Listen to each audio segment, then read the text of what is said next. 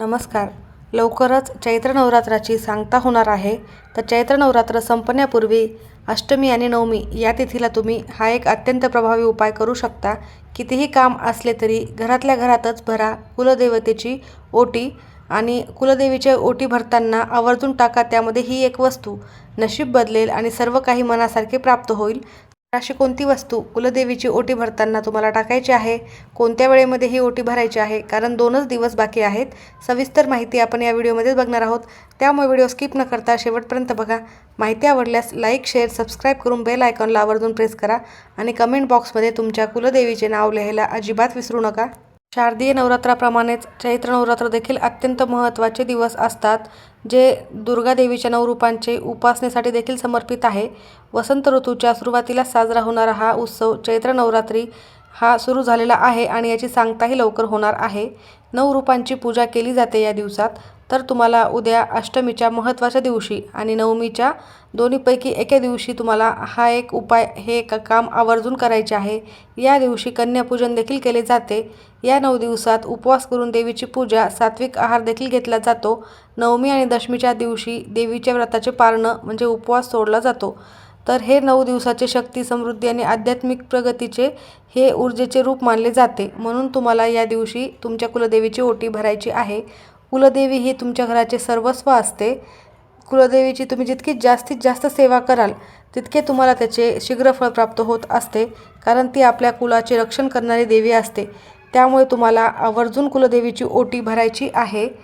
कुलदेवीची ओटी भरणे, दुर्गा सप्तशतीचे पाठ करणे, अखंड दिवा लावणे हे अत्यंत शुभ या दिवसामध्ये असते. देवीला खण, नारळ, साडी आणि 5 सुवासिनींना हळदी कुंकू अर्पण देखील केले जाते आणि त्यांची देखील ओटी भरली जाते. असे करणे आध्यात्मिक उन्नतीसाठी महत्त्वाचे मानले जाते. तुमच्या घरामध्ये कधीही कोणत्याही गोष्टीची कमतरता पडणार नाही. जितकी जास्तीत जास्त तुम्ही कुलदेवीची सेवा कराल तितकी जास्तीत जास्त तुमच्या मनासारख्या सर्व गोष्टी तुमच्या घरामध्ये प्राप्त होतील. तर तुम्हाला त्या ओटीमध्ये एक वस्तू टाकायची आहे. ती कोणती आहे ते देखील मी पुढे सांगणारच आहे. जर तुमच्या घरामध्ये सतत काही ना काही अडचणी येत असतील, नकारात्मकता असेल, तुमच्या घरात कधी तुम्ही कुलदेवीची जास्तीत जास्त सेवा करत नसाल, कुलदेवी ही आपल्या घराची आई असते, आपल्या कुटुंबाची आई असते. तिची सेवा तुम्ही जितकी जास्त कराल तितके तुम्हाला फळ प्राप्त होते. तर तुम्ही जर तिची सेवेमध्ये कमी पडत असाल तर या चैत्र नवरात्रीमध्ये तुम्ही हे काम आवर्जून करायचे आहे. कारण देवीसमोर, कुलदेवीसमोर तुम्ही जर अशा प्रकारे ओटी भरली तर तुमच्या घराला, तुमच्या सर्व कुटुंबाला तिचे आशीर्वाद कायमस्वरूपी प्राप्त होत असतात. उद्या रामनवमी, अष्टमी एकाच दिवशी आलेली आहे, त्यामुळे उद्या देखील तुम्ही हे काम करू शकता. ओटी भरणे म्हणजे देवीच्या निर्गुण तत्वाला आपल्या कल्याणासाठी सगुण स्वरूपात येण्याचे आवाहन करणे होय. देवीकडून मिळालेल्या सुखसमृद्धीबद्दल कृतज्ञता व्यक्त करण्यासाठी खणा नारळाने ओटी भरली जाते. देवीच्या ओटीतील साहित्य हे देवीकडून मिळणारे चैतन्य आणि आशीर्वाद ग्रहण करण्याचे माध्यम मानले जाते. तर उद्या तुम्हाला अष्टमीला आणि नवमीला कुलदेवीची जास्तीत जास्त सेवा करायची आहे. कायम कुलदेवीची कृपादृष्टी तुमच्या घरावर राहते. देवीला प्रसन्न करण्यासाठी तुम्हाला काही गोष्टी करायच्या आहेत. उदाहरणार्थ, श्री कुलस्वामिनी प्रसन्न हा मंत्र जप तुम्ही करू शकता किंवा तुमच्या कुलदेवीचे नामस्मरण देखील करू शकता. शक्य असल्यास दररोज नवार्न मंत्राचा जप करायचा आहे. ओम ऐं ह्रीं क्लीं चामुंडाय विच्छे. उद्या देखील तुम्ही या मंत्राचा आवर्जून जप करायचा आहे. उद्या रामनवमी देखील आहे आणि अष्टमी तिथी देखील आहे, त्यामुळे तुम्हाला या दुय्यम योगावर अत्यंत महत्त्वाचा हा एक जप करायचाच आहे. 108 वेळेला केला तर उत्तम ठरेल. त्याचबरोबर उद्या तुम्ही अष्टमी तिथीला कुलदेवीचे कुंकुमार्चन केले तरीही उत्तम ठरेल. फोटोवर तुम्ही कुंकुमार्चन करू शकता. ओटी भरत असताना आपण शृंगाराचे साहित्य त्या ओटीवर ठेवत असतो, तर अशा 2 काही वस्तू आहेत ज्या आपल्याला चुकूनही त्या ओटीवर ठेवायच्या नाही आहेत. ओटी भरण्याची योग्य पद्धत, ओटी कशी भरावी, कुठे भरावी, सविस्तर माहिती आपण आत्ता बघूयात.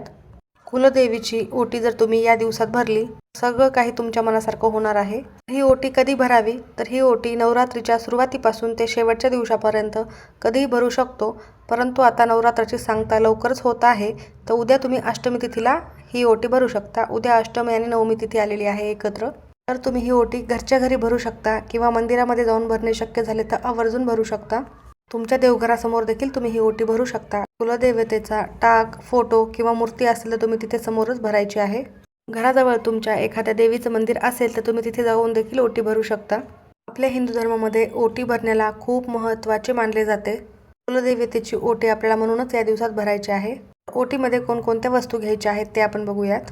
तर ही ओटी कोणी भरायची आहे, तर घरातील सुवासिनी स्त्रीने ही ओटी भरायची आहे. किंवा तिला काही अडचणी असतील, मासिक धर्म असेल, तर मग कुमारिकेने ही ओटी भरली तरीही चालेल. विधवा जर स्त्री असेल तर तिने देखील ही ओटी भरली तरीही चालते, काहीही हरकत नाही. मनामध्ये कोणतीही शंका न आणता मनोभावे आपल्या कुळाचे संरक्षण करण्यासाठी तुम्ही कुलदेवतेची ओटीही भरू शकता.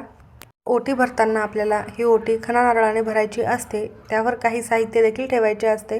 तर आवर्जून ओटीमध्ये एक वस्तू टाकायची आहे. तर तुम्ही ओटी भरताना खणाची साडी घ्यायची आहे. खणाची साडी नसेल तर तुम्ही खणाचा ब्लाऊज पीस घेऊ शकता किंवा साधा कोरा ब्लाऊज पीस देखील तुम्ही घेतला तरीही चालेल, काहीही हरकत नाही. त्यावर तुम्हाला एक नारळ ठेवायचे आहे. नारळ हे पाण्याचे असावे आणि आधी वापरलेले नसावे. आपण जी साडी किंवा ब्लाऊज पीस अर्पण करणार आहोत ती सुती किंवा रेशमी असावी, कारण जे आपल्याकडून कुलदैवतेकडून आपल्याला लहरी येत असतात त्या ग्रहण करण्याची क्षमता या रेशम वस्त्रामध्ये आणि सुती वस्त्रामध्ये असते. तर ओटी भरण्यासाठी सर्वप्रथम तुमच्या कुलदेवीला तुम्हाला हळद कुंकू वाहून घ्यायचे आहे. एक ताट घ्यायचं आहे. ताटामध्ये जे ब्लाऊज पीस, खण किंवा मग तुम्ही खणाची साडी घेतली असेल किंवा कोणतीही साडी घेतली असेल ती ठेवायची आहे. त्यावर तुम्हाला थोडेसे तांदूळ ठेवायचे आहेत आणि हा नारळ ठेवायचा आहे. तांदूळाऐवजी तुम्ही गहू देखील घेऊ शकता. नारळाची शेंडी ही देवीकडे येईल अशा पद्धतीने त्या साडीवर तुम्हाला नारळ ठेवायचा आहे.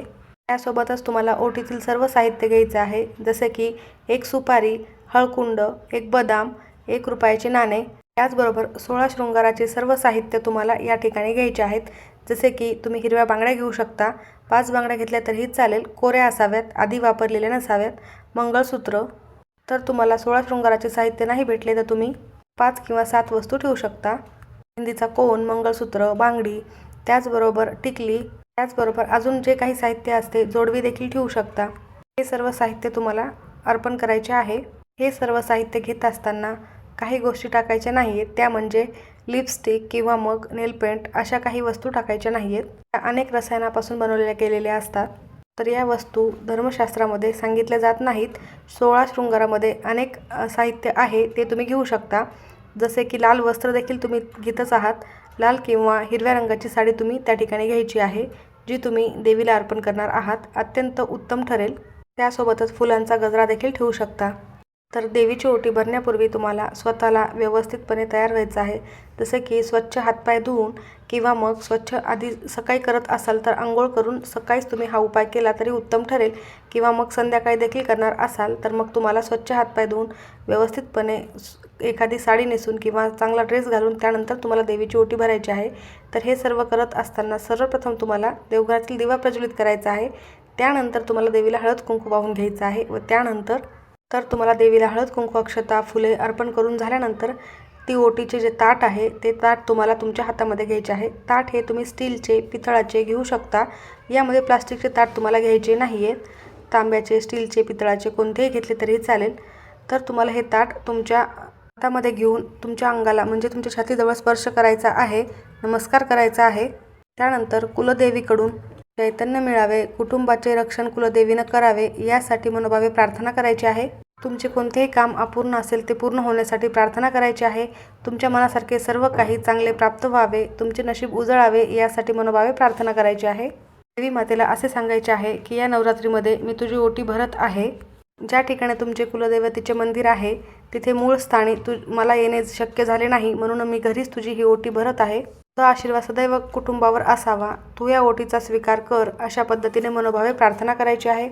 तर तुम्हाला ही ओटी देवीच्या कपाळापर्यंत न्यायची आहे आणि त्यानंतर चरणी अर्पण करायची आहे. त्यानंतर तुम्हाला ओटी भरून झाल्यानंतर दोन्ही हातामध्ये थोडेसे तांदूळ घ्यायचे आहेत. देवीच्या मस्तकाला लावून ते तांदूळ तुम्हाला देवीच्या चरणी ओटीवर अर्पण करायचे आहेत.